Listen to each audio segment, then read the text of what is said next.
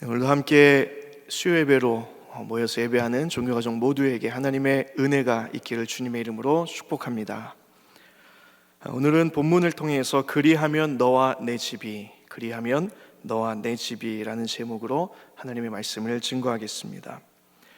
지난번 말씀에서 마게도냐의 환상을 본 이 바울이 마게도냐로 이제 건너가게 되었습니다. 마게도냐의 첫 성이었던 빌립보 성에 도착한 바울과 그 일행은 안식일에 기도하러 강가에 나아갔다가 거기서 루디아를 만납니다. 루디아가 복음을 다 받아들이고 강가에서 그 즉시 세례를 받습니다. 뿐만 아니라 그 집안 모든 식구들, 하인들까지 다 예수님을 믿기로 작정을 합니다.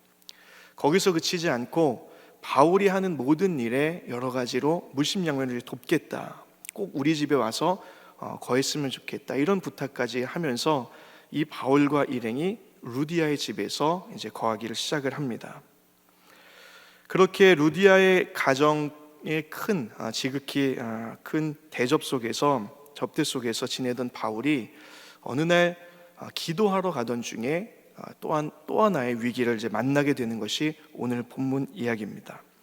자, 오늘 16절, 17절을 우리 다시 한번 읽어보겠습니다. 16절, 17절입니다. 우리가 기도하는 곳에 가다가 점치는 귀신 들린 여종 하나를 만나니 점으로 그 주인들에게 큰 이익을 주는 자라. 그가 바울과 우리를 따라와 소리질러 이르되 이 사람들은 지극히 높은 하나님의 종으로서 구원의 길을 너희에게 전하는 자라 하며, 기도하는 곳에 가는 중에 한 귀신 들린 여자가 바울 일행을 따라왔습니다. 그래서 소리치는 게, 여러분, 이 사람들이 지극히 높은 하나님의 종들인데 구원의 길을 여러분들에게 가르치고 전하고 있습니다. 이렇게 이제 소리를 쳤습니다. 내용 자체는 틀린 말은 분명히 아니었지만 18절에 보면 이 행동 때문에 바울이 심히 괴로워했다, 이렇게 나옵니다. 이 심히 괴로워했다라는 헬라어 단어는 디아포네오라는 단어인데, 그 의도, 저변에 있는 의도를 깨닫고 굉장히 분해하고 약이 오르다, 이런 뜻입니다. 그냥 단순히 기분 나쁜 게 아니라 왜 저러는지 의도를 정확하게 알고 기분이 나빴다는 거예요. 바울의 사역을 은근히 높여주고 칭찬하고 인정하는 것 같았지만 사실은 그 저의에는 다른 의도가 있었다는 겁니다.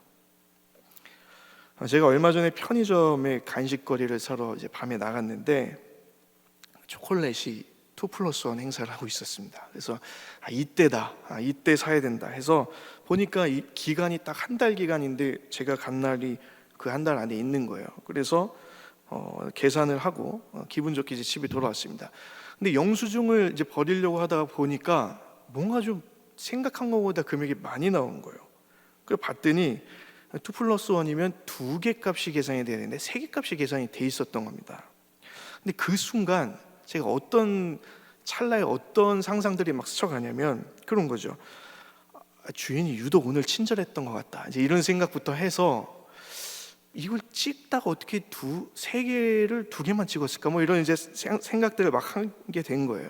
그러면서 괜히 찜찜하고 뭔가 속은 것 같고 또 약도 좀 오르고, 그래서 당분간 그 편의점에 안 갔던 기억이 있습니다. 지금 다시 가기는 하지만 바울이 굉장히 분했던 거예요. 겉으로는 뭔가 호의를 베푼 것처럼 했는데 그 밑에 있는 의도를 보고 너무나 약이 오르고 불편했던 겁니다. 그래서 그 여인에게 명령합니다. 예수 그리스도의 이름으로 명하노니 그에게서 나오라. 그 안에 귀신이 있었다는 것을 이미 알고 있었지만 그냥 참아준 거였어요. 그런데 계속 귀신이 작업을 하니까 쫓아낸 겁니다. 그렇게 여인이 정상으로 돌아왔습니다. 좋은 일을 하고 여기서 끝나는가 싶었더니 곧 강압적이고 폭력적인 갈등으로 이 사건이 이어집니다. 이 여자가 귀신을 힘입어서 점치는 것으로 돈을 벌고 있었던 사람들이 있었는데 그 사람들이 바울과 그 일행을 고소한 겁니다. 자, 오늘 20절, 21절 말씀도 우리 다시 한번 읽어보겠습니다. 20절, 21절입니다. 상관들 앞에 데리고 가서 말하되 이 사람들이 유대인인데 우리 성을 심히 요란하게 하여 로마 사람인 우리가 받지도 못하고 행하지도 못할 풍속을 전한다 하거늘. 그런데 이들의 고발 내용이 좀 이상하죠. 어색합니다. 금전적인 손실을 입었으면 배상을 사실은 요구해야 돼요. 그런데 내용을 보면 우리 성을 혼란스럽게 하고 로마인들에게 피해를 준다, 이렇게 사상범으로 고발을 한 겁니다. 여기서 우리는 바울과 귀신 들렸던 여종과의 갈등, 그리고 또 바울과 이어지는 그 주인과의 갈등의 원인이 동일하다는 것을 우리는 발견할 수가 있습니다. 바울이 빌립보 사람들에게 존재로, 또 삶으로, 말로, 기적으로 예수 그리스도를 드러내고 선포하고 있기 때문에 이런 갈등이 계속 이어지고 있다는 겁니다. 귀신을 쫓아냈으면 사실 감사해야 되죠. 정상으로 돌아왔으면 안도해야 됩니다. 그런데 그게 아닌 거예요. 다른 더 안 좋은 상황으로 지금 가고 있는 겁니다. 사랑하는 여러분, 우리가 세상에서 겪는 모든 갈등을 신앙적인 이유라고 우리가 극단적으로 볼 수는 없습니다. 그러나 때때로 우리가 스스로 실수해서 겪는 갈등도 있지만, 그러나 그럼에도 불구하고 우리가 예수 그리스도를 주로 고백하는 존재로 이 세상을 살아갈 때 자연스럽게, 어쩌면 당연하게 우리에게 찾아오는 갈등과 시험도 분명히 있습니다. 예수님도 말씀하셨습니다. 요한복음 15장 18절에 이렇게 말씀하셨습니다. 세상이 너희를 미워하면 너희보다 먼저 나를 미워한 줄을 알라. 세상이 알 수 없는 선한 일을 했음에도 불구하고 갈등이 찾아올 때는 내 안에 모신 그 예수님을 세상이 먼저 미워했기 때문이라는 거예요. 이 갈등이라는 말이 참 재밌습니다. 이 갈등이라는 말이 칡갈자의 등나무 등자입니다. 칡과 등나무가 이제 얽힌 게 갈등입니다. 칡은 그 특성상 땅 속에서 자라죠. 그리고 땅 아래로 자랍니다. 등나무는 하늘로 자라는 특성이 있어요. 둘이 엮이면 답이 없는 겁니다. 하나는 땅으로 들어가려고 하고 하나는 하늘로 올라가려고 하니까 이게 쉬운 게 아닙니다. 이게 바로 갈등인 거예요. 마치 우리가 세상에서 예수님을 바라보고 붙들고 모시고 사는 것이 세상과 다른 주인을 섬기기 때문에 어쩔 수 없는 갈등을 일으킨다는 것과 저는 오늘 본문의 갈등이 같은 맥락이라고 생각합니다. 어쩌면 우리가 전도 축제 중이에요. VIP를 작정하고 기도하고 있어요. 그럴 때 이상하게 우리 삶에 더 많은 어려움, 근심, 두려움, 문제들이 발생할 수 있습니다.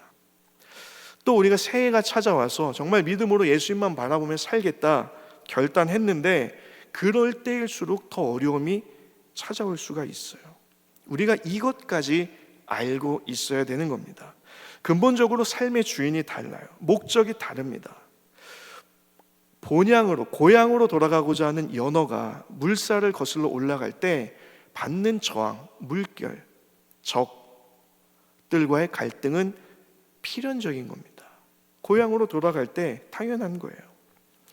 마찬가지로 우리가 이 세상을 살아갈 때 예수 그리스도를 주로 고백하면서 살아간다면 우리에겐 이러한 갈등이 어쩌면 필연적입니다. 우리가 일상에서 일어나는 여러 갈등 속에서 이런 시각으로, 이런 마음으로 기도하고 겸손하게 대처할 수 있어야 되는 거죠. 사랑하는 여러분, 여러분들에게 선한 일을 했음에도 불구하고 갈등이 찾아온다면, 문제가 찾아온다면 그것이 내 안에 모신 예수 그리스도로 인함이 아닌가 점검해 보면서 지혜롭게 또 겸손하게 기도로 더 분명한 믿음으로 그 문제들을 대처하고 풀어나갈 수 있는 저 여러분의 삶이 되기를 예수님의 이름으로 축복합니다. 우리 이어서 22절부터 우리 24절도 우리 한번 읽어보겠습니다. 22절부터 24절입니다. 무리가 일제히 일어나 고발하니 상관들이 옷을 찢어 벗기고 매로 치라 하여 많이 친 후에 옥에 가두고 간수에게 명하여 든든히 지키라 하니 그가 이러한 명령을 받아 그들을 깊은 옥에 가두고 그 발을 착고에 든든히 채웠더니. 이 갈등으로 바울에게 찾아온 고난은 생각한 것보다 좀 심각했습니다. 끌려가서 거의 죽기 전까지 맞고 또 감옥에 던져졌습니다. 오늘 말씀에 보면 깊은 감옥이라는 표현이 나옵니다. 이 깊은 감옥은 자료를 찾아보니까 중대 범죄자들을 가두는 곳이라고 해요. 그래서 감옥 중에서도 가장 안쪽에 쉽게 나올 수 없는 감옥이었다고 합니다. 저항할 의사도 없고 또 도주할 어떠한 목적이 있는 것도 아닌데 발까지 착고에 채워서 갇히게 된 거죠. 제가 사진 한 장을 준비했는데 이게 지금 1세기 빌립보 유적이라고 남아있는 곳에 있는 감옥의 한 형태입니다. 지금 성지순례 가면은 가볼 수 있는 곳인데 보시면 매를 맞아서 거의 죽은 사람이 저기에 착고까지 채워서 있으면 저 같아도 못 나올 것 같아요. 네, 좀 삼엄하고 좀 힘든 그런 곳이지 않은가 하는 생각이 듭니다. 저는 여기서 이 일들 속에서 저는 그런 비슷한 경험을 했던 게 생각이 났어요. 2017년에 제가 네팔 카트만두에서 17시간 떨어져 있던 시골 마을에, 네팔의 시골 마을에 선교를 간 적이 있었습니다. 근데 그곳에는 뭐 호텔도 없고 숙박업소도 없으니까 현지인들이 이제 집을 내줬던 거예요. 처음 그런 흙집에서 잡았는데 흙으로 집을 지었어요. 예전에 우리 어르신들도 한국에 그런 집들이 있었다고 했는데 흙벽집인 거예요. 바닥도 평평하지가 않습니다. 거기 청년들하고 이제 가서 미리 준비한 침낭을 가지고 오고 자는데 근데 문 쪽이 제일 추워서 제가 이제 문 쪽에서 잤어요. 근데 새벽에 정말 입 돌아가는 줄 알았습니다. 이 바닥에서 올라오는 찬기가 이게 핫팩으로 도저히 감당이 안 되고 바람이 너무 세게 들어오는 거예요. 청년들은 저 안쪽에서 자는데 전 너무 두렵고 무섭고 뭐 동물 우는 소리 나고 그리고 위에서 뭐가 이렇게 툭툭 떨어져요. 이렇게 침낭에 아시는 분 아시죠? 이렇게 소리 톡톡 무슨 벌레 떨어지는 거 막 이게 괴롭고 잠도 안 오고 그랬습니다. 근데 그날 한밤을 딱 거기서 잤는데 아침에 일어났는데 사역을 못 하겠는 거예요. 온몸이 뭐 감기 몸살을 며칠 앓은 것보다 더 아프고 힘이 없고 옛날 우리 어르신들은 어떻게 사셨는지 모르겠어요. 네, 체력이 더 좋으셨나? 네, 어쨌든 제가 그날 이 말씀을 조금 이해하게 됐습니다. 너무 힘든 거예요. 그런데 오늘 바울과 실라는 거의 죽도록 매를 맞고 거기 던져졌거든요. 사실 죽어도 어떻게 보면 당연할 수 있는 상황입니다. 너무 힘든 상황이에요. 또 오늘 25절에 보면 이런 말씀이 있습니다. 한밤중에 바울과 실라가 한밤중이 찾아왔어요. 던져졌는데 낮도 아니고 아침도 아니고 한밤을 또 맞이한 겁니다. 여기서 한밤이라는 단어는 헬라어 원어로 보면 자정에서 새벽 2시경을 말하는 단어예요. 정말 깊은 밤, 춥고 쓸쓸하고 외롭고 괴롭고 아픈 그 밤인 거예요. 아마 이 한밤은 그냥 시간적인 한밤이 아니라 정말 인생의 바울 인생에 다시는 만나고 싶지 않았던 정말 아픈 정말 힘들었던 밤이었을 것 같습니다. 자, 그런데 그때 바울이 선택한 행동이 무엇이냐? 오늘 25절 말씀. 자, 25절 말씀도 한번 읽어보겠습니다. 시작. 한밤중에 바울과 실라가 기도하고 하나님을 찬송하며 죄수들이 듣더라. 저는 바울과 실라가 우렁차게 찬양했다고 생각하지는 않습니다. 뭐 해석의 차이는 있겠지만 큰 목소리로 찬양할 힘이 없었을 것 같아요. 그런데 왜 죄수들이 들을 수밖에 없었을까? 거의 죽어야 되는 상황 속에서 여러분 찬양하고 기도한다는 그 선택 자체가 온 죄수들이 집중할 수밖에 없었던 이유였던 것 같아요. 그래서 작은 소리였을 수 있지만 모두가 다 집중해서 저 상황에서 어떻게 찬양할 수가 있는가, 저 상황에서 어떻게 하나님께 감사할 수가 있는가, 하나님을 찾을 수 있는가, 모두가 마음을 쓰고 귀를 기울여서 이 상황을 지켜보고 있었던 게 아닌가 싶습니다. 그러면 바울과 실라가 어떻게 이 한밤중에 어려운 상황 가운데 이곳에서 기도하고 찬양할 수 있었을까?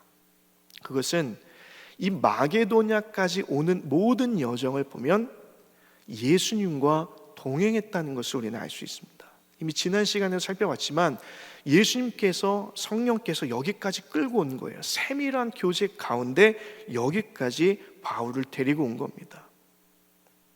우리가 여기서 깨달을 수 있는 것은 우리 인생에 어두운 밤이 찾아왔을 때, 알 수 없는 고난이 찾아왔을 때 그 문제를 해결할 수 있는 유일한 비결은 예수님과의 교제의 온도에서 온다는 것입니다. 너무나 추운 상황이에요. 너무나 외로운 상황입니다. 그런데 예수님과의 교제만큼은 너무 뜨거운 거예요. 그래서 그 온도가 모든 상황을 녹이고 모든 상황을 능가하게 했다는 것입니다. 제가 말씀 묵상하면서 찬송가 한 구절이 떠올랐어요. 찬송가 94장인데 주 예수보다 더 귀한 것은 없네. 가사가 이런 가사입니다. 주 예수보다 더 귀한 것은 없네. 이 세상 부귀와 명예와 행복과 바꿀 수 없네. 유혹과 핍박이 몰려와도 주 섬기는 내 맘 변치 않아. 세상 즐거움 다 버리고 세상 자랑 다 버렸네. 주 예수보다 더 귀한 것은 없네. 예수 밖에는 없네. 우리가 형식적으로 부르는 찬양이지만 여러분, 인생의 기쁜 밤에서 이 찬양을 부른다면 우리는 그 예수님과의 교제의 온도로 그 차가운 상황을 극복할 수 있는 줄 믿습니다.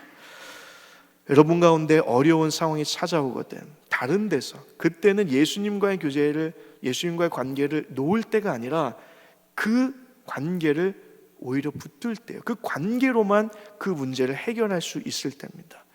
여러분에게 찾아오는 인생의 한밤에 예수님과의 교제의 온도를 더 높여서 여러분들에게 찾아오는 차가운 밤을 뜨거운 밤으로, 회복의 밤으로 삼으시는 저 여러분의 삶이 되기를 예수님의 이름으로 축복합니다.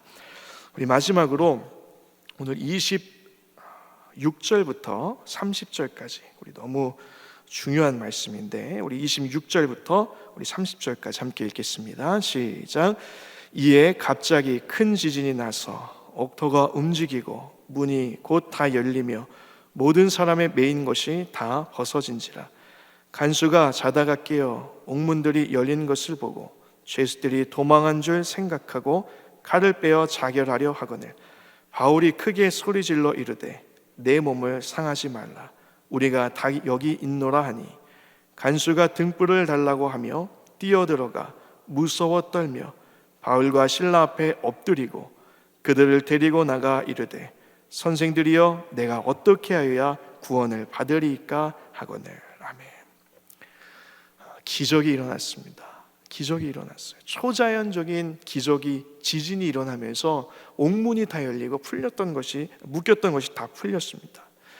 근데 여기서 어떤 또 에피소드가 발생하냐면, 이 모습을 보고 간수가, 든든히 지키라고 그 명령을 받았던 간수가 너무 망연자실한 거예요. 그래서 칼을 빼어서 스스로 목숨을 끊으려고 합니다. 그때 바울이 소리치죠. 멈추라고 소리칩니다. 우리가 도망가지 않고 여기 있다고 소리를 치죠. 아마 이 간수도 바울과 실라가 찬양하는 소리를 들었을 것이고 주님을 의지하는, 붙드는 그런 행동을 다 봤을 거예요. 그래서 물어봅니다. 선생님, 제가 이 상황에서 도대체 어떻게 하여야 이 문제를 해결하고 구원을 받을 수 있겠습니까? 이렇게 물어봐요. 그때 바울이 너무나 유명한 말을 합니다. 31절, 주 예수를 믿으라. 그리하면 너와 내 집이 구원을 받으리라.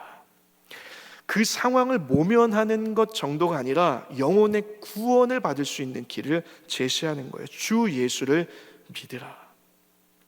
저는 이 모습 속에서 바울의 입을 떠나서 간수의 귀를 타고 들어가서 그 마음속에 자리 잡는 예수님을 떠올리게 됐어요. 상상하게 됐습니다. 저 바다를 건너서 마게도냐의 첫 성인 이곳까지 와서 어려움 당하게 한 그 모든 일의 이유가, 목적이 이 죄수와 그 가정에 있었던 거예요. 사실 이 죄수에 대해서 기록을 성경이 많이 하고 있지는 않습니다. 그런데 우리가 상상해 볼 수 있는 건 적어도 가족의 생계를 책임지고 있었던 가장이었던 것 같아요. 그리고 밤을 새우면서 성실하게 일했던 사람이고, 또 삶의 어떤 무게를 가지고 살다가 지금 모든 일이 다 뜻대로 되지 이런 상황 속에서, 어려움 속에서 스스로 삶을 마감하려고 했던 사람이 바로 이 사람입니다. 정말 벼랑 끝에 몰린 이 인생에 다시 한번 살 수 있는 소망뿐만 아니라 영원한 생명에 대한 복음을 제시해 주는 것, 이것이 바다를 건너게 하고 바울이 원치 않는 고난을 받게 한 예수님의 목적이었다는 것을 우리는 여기서 발견할 수 있는 겁니다. 말씀을 마무리하면서 오늘 말씀 맨 마지막이 이렇게 돼 있어요. 33절 34절 제가 읽어드립니다. 그 밤 그 시각에 간수가 그들을 데려다가 그 맞은 자리를 씻어주고 자기와 그 온 가족이 다 세례를 받은 후 그들을 데리고 자기 집에 올라가서 음식을 차려주고 그와 온 집안이 하나님을 믿음으로 크게 기뻐하니라. 네, 크게 기뻐하는 거예요. 축제가 일어난 겁니다. 오늘 말씀에 보면 세례까지 받았어요. 지난 시간에는 루디아와 그 가정이, 오늘은 이 죄수와 그 가족이 다 세례를 받았습니다. 이제 다음부터 제가 빌립보서의 말씀을 증거할 텐데 이 두 에피소드를 통해서 빌립보 교회가 시작이 됩니다.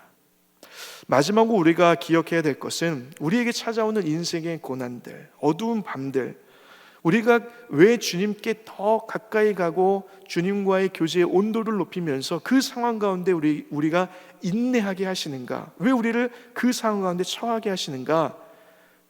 그곳에 주님의 복음을 들어야 하고 주님께로 나와야 될 잃어버린 영혼이 있기 때문이다 라는 것을 오늘 말씀이 말씀해 주고 있습니다. 사랑하는 여러분, 우리가 이 주님의 목적을 오늘 말씀에서 배운다면 우리 인생에 찾아오는 고난을 견딜 목적이 생기는 겁니다.